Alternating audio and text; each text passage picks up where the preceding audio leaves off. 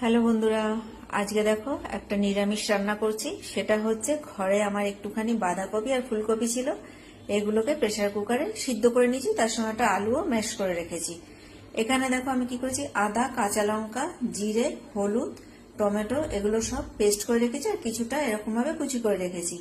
আর আমি টোটাল রান্নাটা করবো কিন্তু ঘিয়ে।